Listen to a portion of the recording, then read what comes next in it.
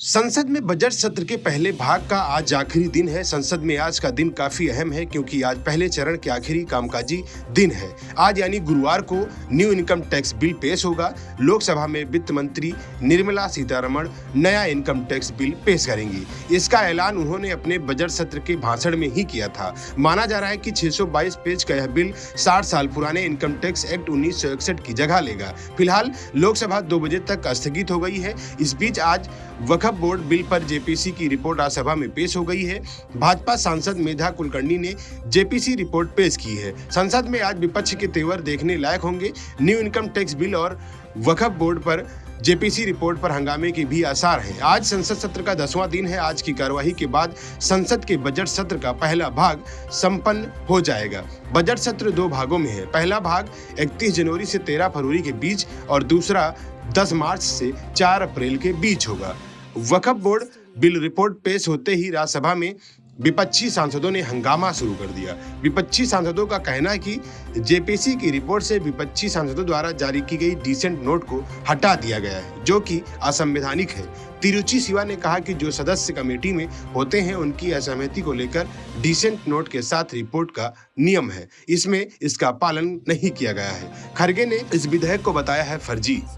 मल्लिकार्जुन खरगे ने कहा कि यह विधेयक सही नहीं है, यह फर्जी रिपोर्ट है, हम इसे नहीं मानेंगे। सांसदों की राय को दबाया गया है। खरगे ने कहा कि एक बार फिर इस रिपोर्ट को जेपीसी के पास भेजा जाए।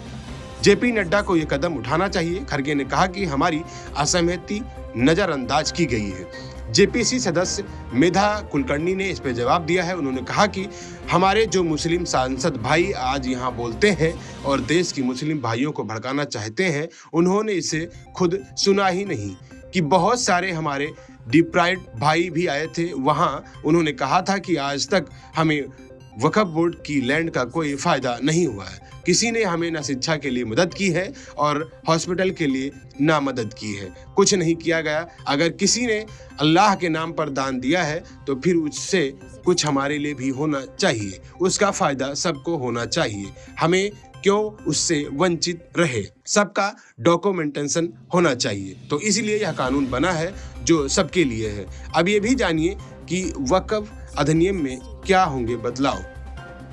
वक्फ बोर्ड बिल पर जेपीसी की रिपोर्ट की अधिकृत डिटेल अभी सामने नहीं आई है, लेकिन सूत्रों के मुताबिक जेपीसी ने जिन संशोधनों को मंजूरी दी है उनके मुताबिक बोर्ड में गैर मुस्लिम सदस्यों की भी जगह मिलेगी। राज्य वक्फ बोर्ड और केंद्रीय वक्फ परिषद में अब 2 गैर मुस्लिम सदस्यों को शामिल करना अनिवार्य होगा।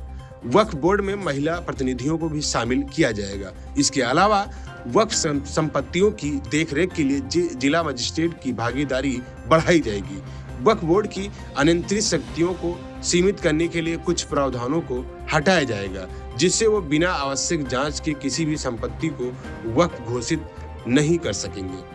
वक्फ संपत्तियों के बेहतर प्रबंधन के लिए उनके डिजिटलीकरण की प्रक्रिया को बढ़ा दिया जाएगा और संपत्तियों की ऑडिट प्रणाली में सुधार किए जाएंगे। इतना ही नहीं, अवैध रूप से कब्जा की गई वक्फ संपत्तियों को वापस लेने के लिए कानूनी प्रणाली में सुधार किए जाएंगे। राज्य सरकार को वक्फ बोर्ड के सभी सदस्यों को नामित करने की अनुमति दी जाएगी, जिससे नियुक्ति प्रक्रिया में सुधार होगा। वक्फ संपत्तियों के अनधिकृत हस्तांतरण के लिए कड़ी सजा के प्रावधान भी किए जाएंगे और वक्फ बोर्ड के लिए वरिष्ठ स्तर के अधिकारी को मुख्य कार्यकारी अधिकारी के रूप में नियुक्त किया जाएगा। तो अभी के लिए इतना ही। और खबर देखने के लिए देखते रहिए देश हित न्यूज। धन्यवाद।